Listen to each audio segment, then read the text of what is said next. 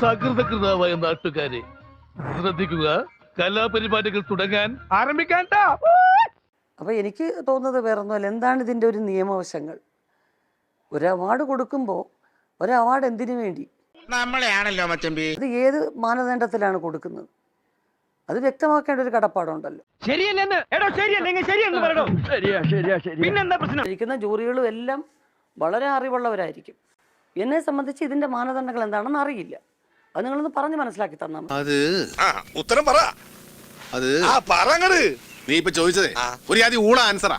അച്ഛൻ പറഞ്ഞു ഇതിലും ഭേദം കട്ടപ്പാറയായി കക്കാൻ ഇറങ്ങുന്നതാണെന്ന്. അല്ലാതെ ഞങ്ങൾക്ക് തോന്നിയതുപോലെ അങ്ങ് കൊടുക്കും, എല്ലാവരും വന്ന് വാങ്ങിച്ചോളുക എന്നുള്ള നിലപാട് ഇങ്ങനെ കാലങ്ങളായിട്ട് തുടർന്ന് പോയാൽ അവസാനം എന്താക്കി? എന്റെ കയ്യിൽ അവനെ കിട്ടിയേ ഞാൻ അവനെ അരിഞ്ഞ് മുളകിട്ട് അങ്ങനെ തിന്നിടോ. ഒരിക്കൽ റിമാക്കല്ലെങ്കിൽ പറഞ്ഞു, ഉർവശേഷിക്ക് ഇതാണ് അവസ്ഥയെങ്കിൽ ഞങ്ങളുടെയൊക്കെ കാര്യങ്ങളൊന്ന് ആലോചിച്ച് നോക്കുക ചേച്ചി.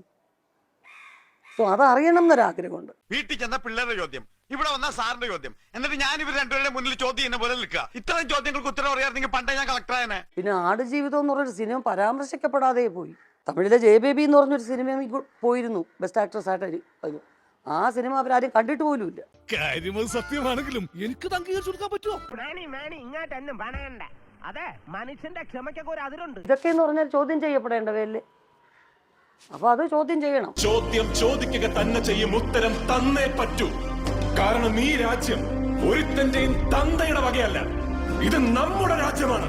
കുഴപ്പമില്ല, ബഹുമാനപ്പെട്ട സുരേഷ് ഗോപിയൊക്കെ അവിടെ നിൽക്കുകയല്ലേ, അവര് ചോദിച്ചു ഉത്തരം പറയട്ടെ.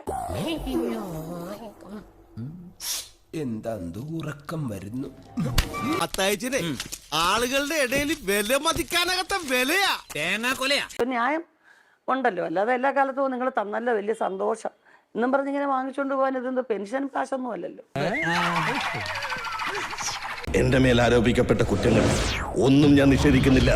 ഇനി ഒരു നിമിഷം ഞാൻ ഇവിടെ നിൽക്കില്ല, ഞാൻ അകത്ത് പോയി കിടക്കാൻ പോകുന്നു.